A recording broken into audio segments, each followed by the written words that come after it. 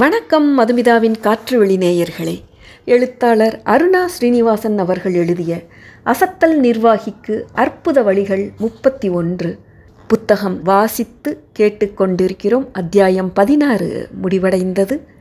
பிளேலிஸ்டில் அதை கேட்டுக்கொண்டு வரலாம், இதிலும் நேரடியாக கேட்கலாம். அத்தியாயம் 17 வாசிப்பவர் மதுமிதா. உள்ளே பரவும் அந்த அமைதி. அரவிந்த் மனம் ஒடிந்து போனான். அவனுடைய ப்ராஜெக்ட் மேனேஜர் அன்று அப்படி கோவப்படுவார் என்று அவன் எதிர்பார்த்திருக்கவில்லை. என்ன தவறு செய்தான் என்றும் முழுமையாக புரியவில்லை. அவனுக்கு தெரிந்ததெல்லாம் அன்று ஆஃபீஸுக்குள் நுழையும் போது 5 நிமிடம் லேட்டாகிவிட்டிருந்தது. பெரம்பூரிலிருந்து ரயில், பஸ், நடை அல்லது ஆட்டோ ரிக்ஷா என்று பலவித பயணங்கள் தினமும். என்றாவது இப்படி லேட்டாகி விடுவதை தவிர்க்க முடியவில்லை. நுழைந்து வேலை ஆரம்பித்த சற்று நேரத்திலேயே செல்போன் அழைத்தது. பிரான்சில் அவனுடன் பயிற்சி முகாமில் இருந்த நண்பன் ஆர்வத்துடன் பேச ஆரம்பித்த போது மேனேஜர் அந்த பக்கம் வந்தவர் அவனை சற்று கடுமையாக ஒரு பார்வை பார்த்து கொண்டே சென்றார். உடனேயே நண்பன் குரல் கேட்ட ஆர்வமெல்லாம் உள்வாங்கியது. மாலையில் சந்திக்கலாம் என்று முடிவு செய்து சுருக்கமாக பேசி முடித்தான். அதன் பிறகும் மனதில் ஏதோ ஒரு நெருடல். மேனேஜர் அவனிடம் சிறிது நாளாகவே ஏதோ ஒரு நெருடலுடன் இருப்பதாக அவனுக்கு பட்டது. இன்னது என்று புலப்படாத ஒரு நிலை. மீண்டும் ஏதோ வேலையாக அவருடைய அரைப்பக்கம் போனவனை அவர் அழைத்தார். உள்ளே நுழைந்தவுடன் சராமாரியாக ஏதோ குற்றம் குறைகள் சுட்டி காண்பிக்க ஆரம்பித்தார். மௌனம் சாதித்துவிட்டு வெளியே வந்தவனுக்கு வெகுநேரம் சாதாரண நிலைக்கு திரும்ப முடியவில்லை. வேலையும் சரியாக அமையாமல் ஏதோ சொதப்பிக் கொண்டிருந்தது. ஏன் மேனேஜர் தன்னிடம் இப்படி ஒரு எரிச்சலுடன் இருக்கிறார் என்ற நமைச்சலுக்கு விடை கிடைக்கவில்லை. அவனுக்கு தெரிந்திருக்க நியாயமில்லை. பலர் சுபாவங்கள் இப்படித்தான். 1000 காரணங்களால் தங்களுக்குள் இருக்கும் மன அழுத்தத்தை இப்படி பிறரிடம் காட்டி வெளியேற்றி தீர்த்து கொள்கிறார்கள். அவர்கள் பலியாடாக தங்கள் எரிச்சலை கொட்டுபவர்கள் மேல் பல சமயங்களில் நியாயமாக ஒரு தவறும் இருக்காது. அரவிந்தின் மேனேஜர் கிருஷ்ணன் உதாரணத்தையே எடுத்துக்கொள்ளுங்கள். அவரும் அவருடைய இடத்தில் இதற்கு முன் இருந்த சங்கர் ராமனும் ஒரே நிர்வாக இயல் கல்லூரியில் ஒரே வகுப்பில் படித்தவர்கள். வருட இறுதியில் கல்லூரி வளாகத்திற்கு ஆள் பொறுக்க வந்த நிறுவனங்களில் தனக்கு பிடித்த நிறுவனம் ஒன்றில் கிருஷ்ணன் சேர்ந்து பின்னர் படிப்படியாக பல நிறுவனங்கள் மாறி இன்று இங்கே ஒரு குழுவின் தலைவராக இருக்கிறார். சங்கர் ராமன் வேலையில் சேராமல் வெளிநாடு சென்று மேல் படிப்பு படித்துவிட்டு அங்கேயே கொஞ்ச நாள் வேலை பார்த்துவிட்டு சென்ற வருடம்தான் இங்கே சென்னையில் இந்த நிறுவனத்தில் வந்து சேர்ந்தார். ஆனால் மேல் படிப்பு மற்றும் அங்கே வேலை பார்த்த அனுபவம் என்று இன்னும் அதிக தகுதிகள் சேர்ந்து கொண்டு சில மாதங்களிலேயே தென் ஆசிய வட்டார தலைவராக நிறுவனத்தின் மூத்த நிர்வாகங்கத்தில் இணைந்தார். அவர் காலி செய்த இடத்தில்தான் இன்று கிருஷ்ணன் இருக்கிறார். சம வயது மற்றும் சம காலத்தவர் என்றாலும் பதவி என்று பார்க்கும்போது சங்கர் ராமன் இன்று முக்கிய பதவியில் இருக்கிறார். போதாததற்கு கிருஷ்ணன் தலைவராக இருக்கும் குழு சங்கர் ராமனின் நேரடி பார்வையில் உள்ளது. ஆரம்பத்தில் கிருஷ்ணன் இதை பற்றி வெகுவாக அலட்டிக் கொள்ளவில்லை அல்லது கவலைப்பட மாட்டோம் என்று நினைத்து கொண்டிருந்தார். ஆனால் தன் கீழே இருக்கும் மற்ற ஊழியர்களிடம் பழகும்போது தன்னையும் அறியாமல் தன்னை விட சங்கர் ராமன் இன்னும் திறமைசாலி என்று நினைக்கிறார்களோ என்று ஒரு பிரம்மை வந்து உட்கார்ந்து கொள்வதை தவிர்க்க இயலவில்லை. அதுவும் அரவிந்த் சற்று விளையாட்டாக கலகலவென்று பேசும் வழக்கம் உள்ளவன். எங்கோ ஏதோ அவன் யதார்த்தமாக சொல்லப்போக அது அவருக்கு சுருக்கென்று இருக்கும். சில சமயம் அவரும் நறுக்கென்று ஏதாவது சொல்லுவார். அதன் எதிரொலி அரவிந்திடமும் இருந்து திரும்பி வரும். இப்படி உள்ளே புகைந்து கொண்டிருந்த பனிப்போர் அன்று அரவிந்த் தாமதமாக ஆஃபீஸ் வந்தது, பின்னர் ஃபோனில் பேசிக்கொண்டிருந்தது என்ற காரணங்கள் வைக்கோல் பொதுமேல் வைத்த மயிலிறகாக ஆகிவிட்டது.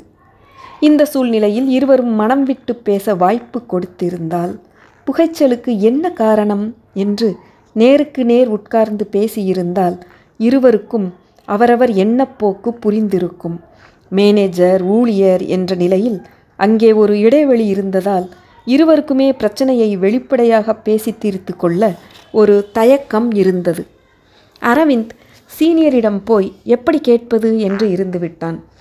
கிருஷ்ணன் அரவிந்திடம் அவன் பேசும் முறை தனக்கு பிடிக்கவில்லை என்பதை வெளிப்படையாக சொல்லியிருக்கலாம். ஆனால் தான் ஒரு தாழ்வு மனப்பான்மையில் உழலுவதாக அவன் நினைத்து விடுவானோ என்று பேசாமலே இருந்துவிட்டார்.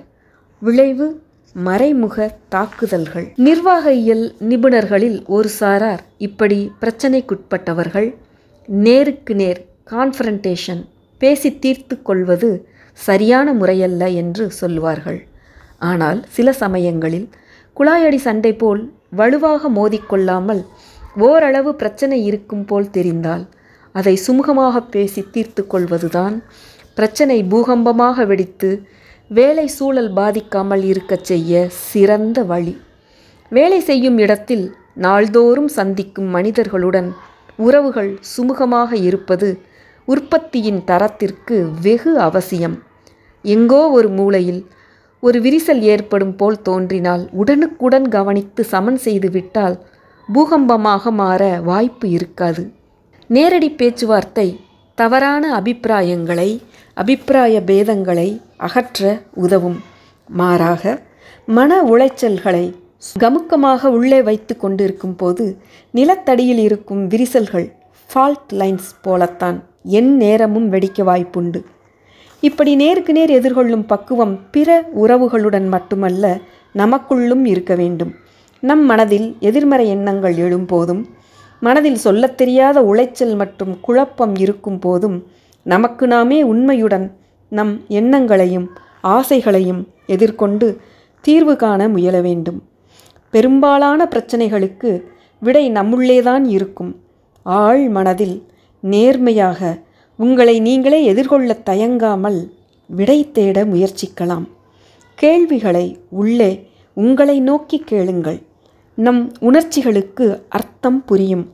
நம் கோபத்துக்கு பின்னே ஒரு சுய பச்சாதாபம் இழையோடுவதை கண்டுபிடிப்பீர்கள்.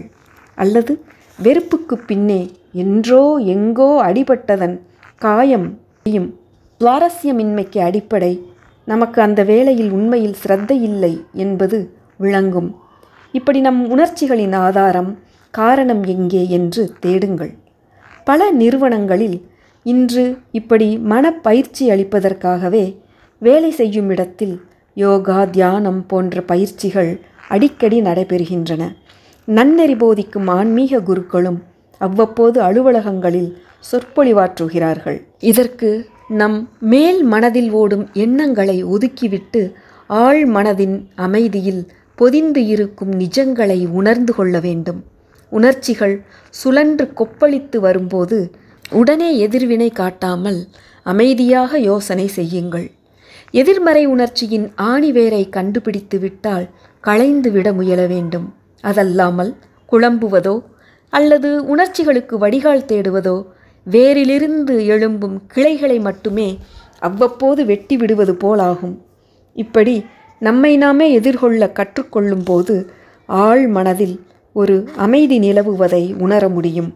எது வந்தாலும் தாங்கும் சக்தியும் சமாளிக்கும் பலமும் தன்னிச்சையாக சுரப்பது தெரியும். தேடும் போது நமது நேர்மறை உணர்ச்சிகளுக்கு காரணம் நமது சுயநலம் என்று புரியும். அதாவது நமக்கு என்ன வேண்டும், என்ன வேண்டாம் என்று எல்லாமே நம் விருப்பு, வெறுப்பு, பேராசை என்று ஒரு அஸ்திவாரத்தின் மேல் எழுப்பப்பட்ட உணர்ச்சிகள் பலவிதமாக உருவெடுத்திருக்கலாம். மனித இயல்பின்படி சுயநலம்தான் எப்போதும் மேலோங்கும் என்றாலும் பொதுநலம் என்ற அடிப்படையில் எதையும் அணுகுவது அதிக லாபம் தரக்கூடியது. இதை விளக்க சமூக இயலில் கேம் தியரி என்று ஒரு ஆராய்ச்சி உண்டு. கணித பேராசிரியர் ஜான் வான் நியூமேன் மற்றும் பொருளாதார பேராசிரியர் ஆஸ்கார் மார்கன்ஸ்டம் இருவரும் இணைந்து எழுதிய theory of games and economic behaviour என்ற ஆராய்ச்சி புத்தகத்தை அடிப்படையாக வைத்து உருவான பிரபல ஆய்வு இந்த கேம் தியரி என்பது.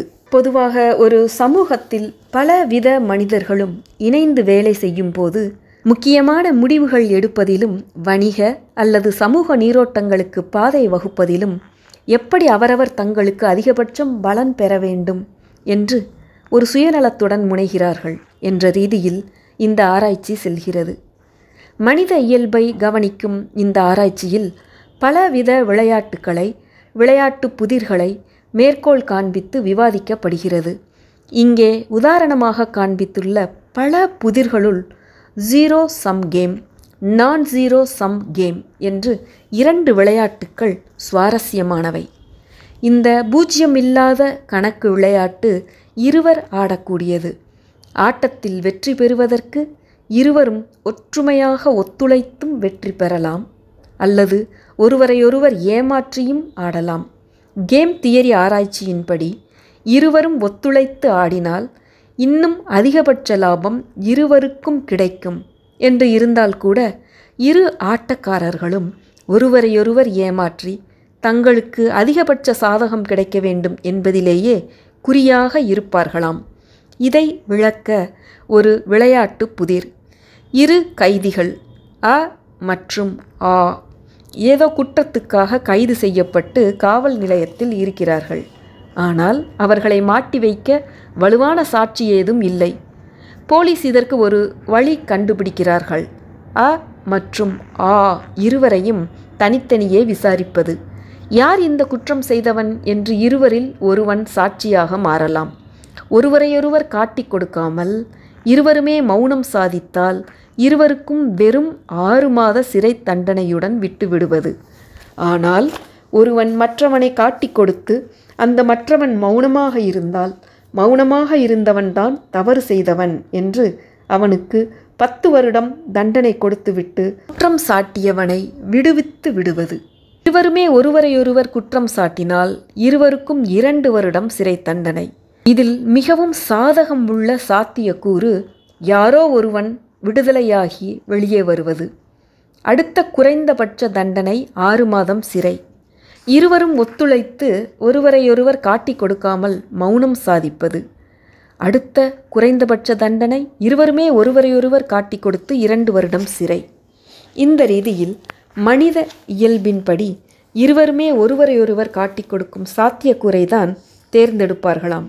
அப்படி தங்களை மட்டும் காத்து கொள்ள வேண்டும் என்ற சுயநலம் இல்லாமல் இருவருமே கூட்டாக மௌனம் சாதித்து வெறும் 6 மாத தண்டனையுடன் வெளியேறலாம் என்ற சாத்தியம் இருந்தாலும் அவர்கள் தேர்ந்தெடுப்பது சுலபமாக தாம் மட்டும் தப்பிக்கும் வழியைத்தான். இந்த விளையாட்டு புதிரை உதாரணம் காட்டி சுயநலத்துக்காக மட்டும் உழைப்பதை விட கூட்டு சேர்ந்து ஒரு பொது நோக்கோடு ஒத்துழைத்து வேலை செய்யும்போது அதன் விளைவு இன்னும் பன்மடங்காக அனைவருக்கும் லாபமாக இருக்கும் என்பது இந்த கேம் தியரியின் கருத்து. எருதுகள் கூட்டாக இருந்தபோது சிங்கத்தினால் அவற்றை எதிர்க்க முடியவில்லை. ஆனால் போட்டியும் பொறாமையும் ஆட்டி வைக்க எருதுகள் தனித்தனியே பிரிந்து போனபோது வந்தது பேராபத்து. பாட்டி சொன்ன கதை நினைவுக்கு வருகிறதோ? அத்தியாயம் 17 நிறைவு பெற்றது. அத்தியாயம் 18 சந்திப்போம். அதுவரை அனைவருக்கும் அன்பு வணக்கங்கள் கூறி விடைபெறுவது உங்கள் மதுமிதா. நன்றி, வணக்கம்.